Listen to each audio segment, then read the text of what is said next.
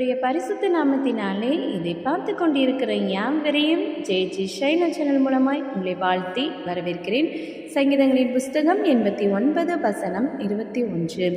என் கை அவனுடைய உறுதியாயிருக்கும், என் புயம் அவனை பலப்படுத்தும். கர்த்தருடைய கை உங்கள் மேல் உறுதியாய் இருக்கிறது.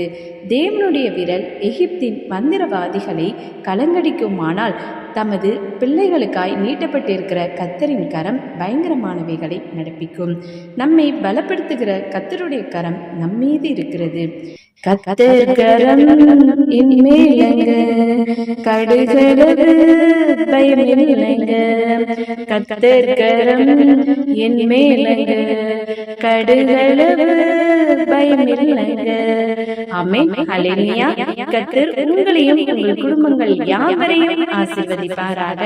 May God bless you.